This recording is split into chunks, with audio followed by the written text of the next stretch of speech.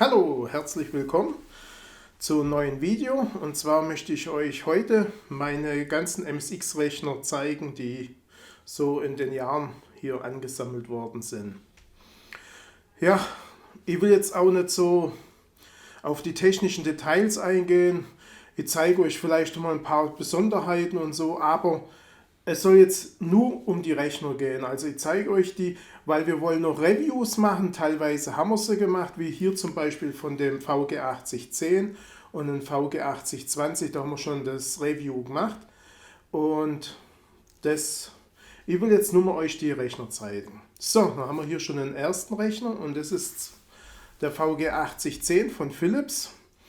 Ja, das ist halt ein billiger Einstiegsrechner gewesen. Ihr seht, von der Tastatur her, das ist sehr hagelig und also schreiben oder so kann man mit dem Gerät gar nicht. Das ist vielleicht ein bisschen stabiler gemacht, von wenn man mal was drauf klopft oder so, aber zum Schreiben ist es total ungeeignet.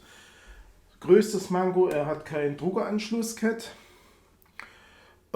Und was man noch sagen muss, das Gehäuse ist relativ klein, das ist geschickt, sieht auch gut aus, finde ich.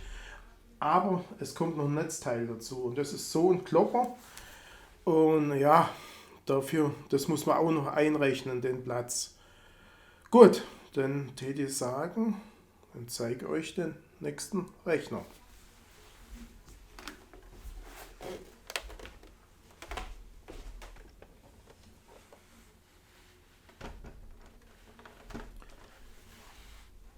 So, dann haben wir hier Nummer 2.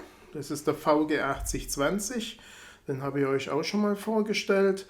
Das ist jetzt quasi das Nachfolgemodell mit besseren Tasten. Die sind hier auch, gerade die hier, die Pfeilrichtungstasten sind sehr geeignet zum Spielen. Er hat auch hier jetzt die 2 Cartridge-Slots, hat Druckeranschluss. Das ist an für sich ein relativ guter MSX1-Rechner, den man empfehlen kann. Also wenn man MSX1-Spiele spielen will, ist der relativ gut, auch zum Schreiben.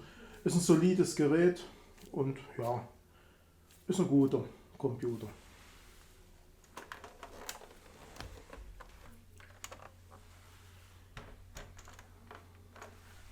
So, dann haben wir hier den Canon V20.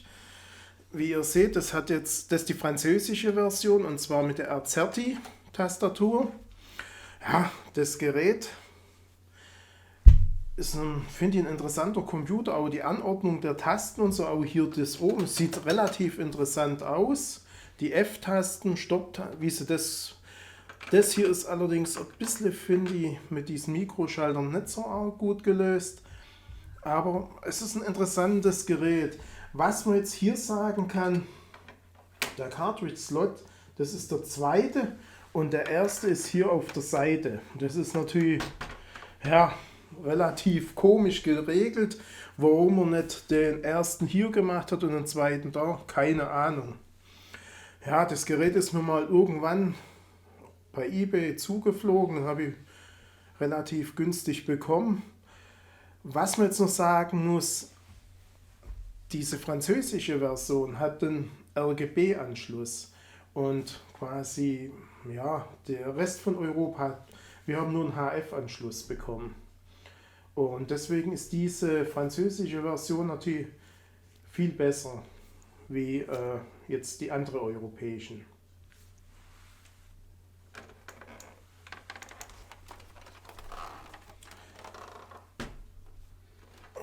So, dann haben wir hier den National CF 2700.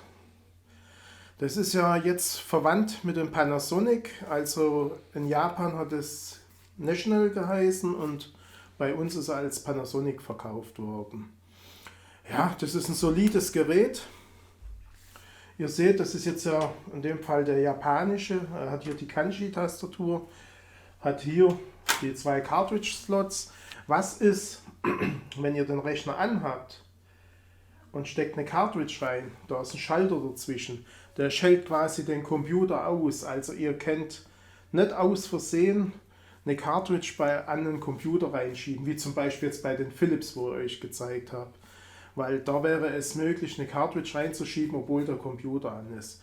Das ist an für sich eine Sache, was ich jetzt in meiner ganzen Sammlung nur an dem Computer habe. Ansonsten Druckeranschluss, alles dabei, ist ein solides Gerät. Sieht auch, finde ich, gar nicht so schlecht aus.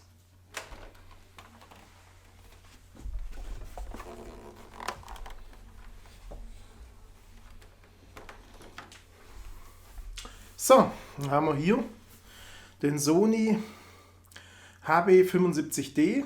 Das D steht für Deutschland. Ist dadurch ja auch, weil er ja bei uns doch nicht so arg gelaufen ist, ja, man sieht ihn nicht so oft. Das heißt, er hat keine QWERTY, sondern eine Querztastatur. Das war jetzt mein Computer. Das war mein allererster Computer. Ja, ich finde jetzt von den MSX1-Rechnern es ist der formschönste Computer. Also er hat eine ganz interessante Firmware, was man noch erwähnen kann.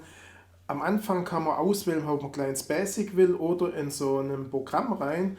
Da kann man zum Beispiel Adressen speichern, Telefonnummern. Das ist relativ interessant gemacht. Gut, es ist mit der Zeit natürlich schwierig mit dem Speichern, weil man musste das auf Band oder da hat es so eine Cartridge gegeben mit 4K, wo man das abspeichern konnte.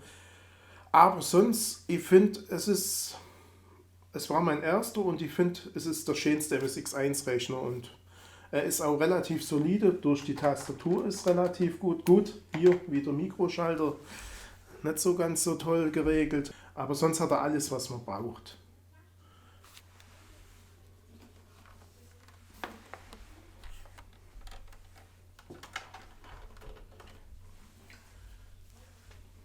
So, dann haben wir hier den nächsten Rechner. Das ist jetzt ein MSX2-Rechner. Und zwar der Mitsubishi MLG10. Den hat es ja so jetzt hier in Deutschland so gegeben. Was euch auffällt vielleicht, dieser Rechner ist ja ein japanischer Rechner. Die Tastatur ist eine englische. Auf der Schachtel, die blende ich euch jetzt einmal ein, da steht zur Ansicht dran. Ich vermute mal, dieser Rechner ist irgendwann einmal nach Europa gekommen. Die haben nur die Tasten hier geändert und haben den halt zur Ansicht dorthin geschickt, zu dem Händler oder weiß der Geier, was da passiert ist, weil diese Code-Taste ist die Kanji-Taste. Der hat eine komplette Kanji-Tastatur und ja, keine Ahnung, welchen Zweck dieser Computer hatte. Ich kann mir nur so vorstellen, ein Importeur hat den mal sich zuschicken lassen. Keine Ahnung, ich weiß nicht, ob es den auch in England nachher gegeben hat. Auf alle Fälle, der Rechner steht bei mir, der ist auch nagelneu. Man sieht keinerlei irgendwelche Spuren, dass er Gebrauchsspuren hat. Ja, der Rechner ist nagelneu, funktioniert. Allerdings halt ein Japan-Rechner. Also das passt nicht zusammen.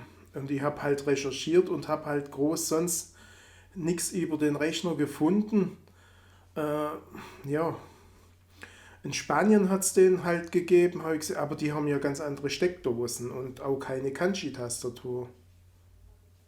Ja, was man jetzt noch sagen kann zu dem Rechner selber, er hat kein Diskettenlaufwerk, er ist technisch so, kann man sagen, wie ein MSX1-Rechner.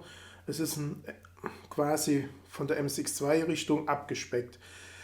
Gut, dann legen wir mal einen anderen noch.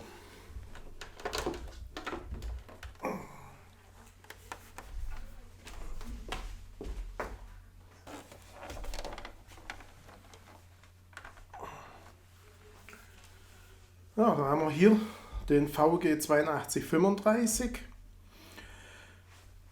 Ja, das ist jetzt ein MSX2-Rechner. Der hat jetzt ein Diskettenlaufwerk schon drin. Allerdings ist es ein einseitiges Diskettenlaufwerk, also mit 360 Kilobyte. Es ist ein relativ gutes, solides Gerät. Was interessant ist, ist diese Tastatur hier. Da kann man hier noch verstellen. Er hat sonst alles, was man braucht. Zweiter Modulschacht hinten, Druckeranschluss. Es ist an für sich alles da, was man braucht. Das einzigste Problem ist einfach dieses Diskettenlaufwerk. Also gerade ich habe sehr viele Diskettenspiele und für mich ist das Gerät weniger von Bedeutung, weil einfach meine Disketten alle zweiseitig sind. Ich kann mit dem Rechner kaum etwas betreiben an Spiele, weil die meisten Spiele einfach zweiseitige Disketten sind.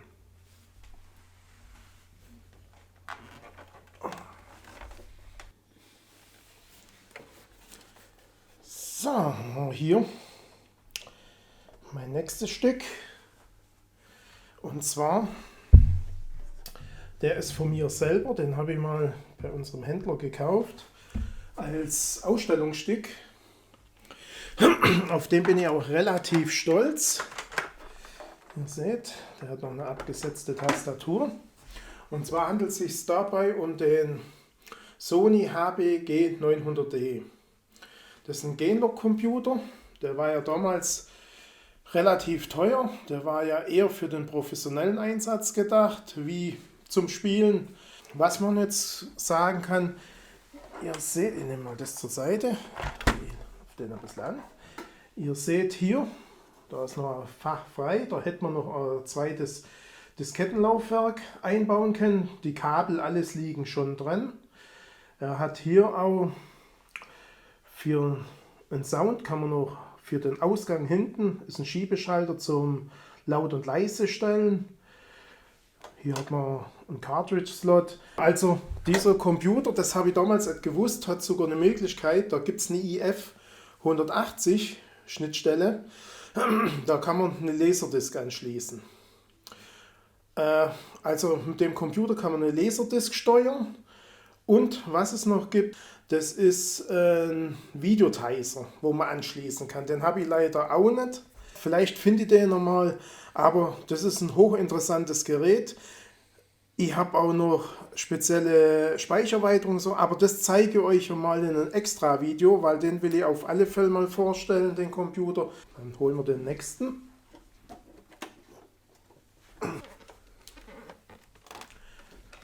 So, dann haben wir hier das nächste Schmuckstück. Das ist auch noch ein alter Rechner von mir. Den habe ich damals aus Japan hergeholt, und zwar der Sony HB-F1XV. Der hat mich sehr lange begleitet. Das ist ein MSX2 Plus Rechner. Hat hier an der Seite Diskettenlaufwerk. Ja, auch zwei Cartridge-Slot. Und was man hier halt sieht, Speed Controller, da kann man das Programm langsamer oder schneller laufen lassen. Normale Geschwindigkeit und ein Rennschar-Turbo. Und zwar ist das ein Dauerfeuer, wo man in Spielen einsetzen konnte, dass man nicht dauernd immer aufs Feuer drücken musste. War auch eine relativ interessante Sache. Ja, es ist ein interessanter, schöner Computer, hat mir sehr gut gefallen. Da habe ich auch noch die Schachtel, die blende ich euch noch ein. Ja, dann holen wir das nächste.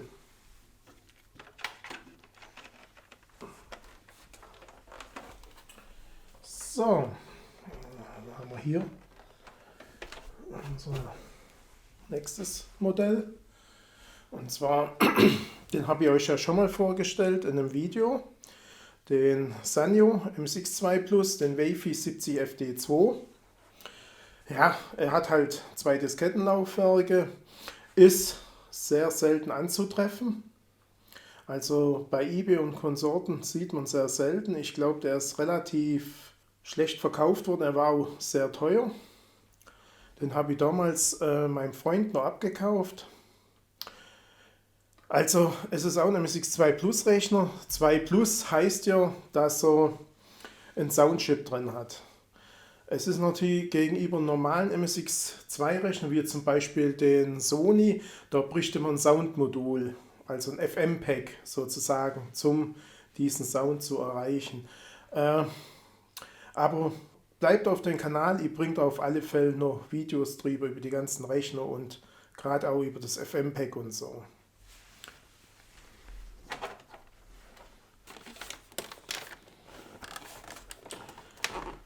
So, und hier haben wir meinen letzten Computer. Den habe ich auch aus Japan hergeholt, und zwar den Panasonic A1 GT. Das ist ein MSX Turbo Rechner. Also man kann schon sagen, zwischen dem MSX2 Plus und dem, also der ist wie eine Rakete. Der ist brutal schnell. Es macht Spaß mit ihm zum Schaffen, gerade auch Spiele. Das Campaign zum Beispiel habe ich sehr viel mit dem gespielt, weil man merkt einen riesen Unterschied in der Geschwindigkeit vom Spiel, wie es abläuft. Also der Computergegner bringt seinen Zug schneller durch wie beim anderen. Also da konnte es manchmal sein, musste schon mal eine halbe Stunde warten. Ja, dieser Computer jetzt, es hat einen A1 ST gegeben. Der hier hat jetzt aber eine MIDI-Schnittstelle.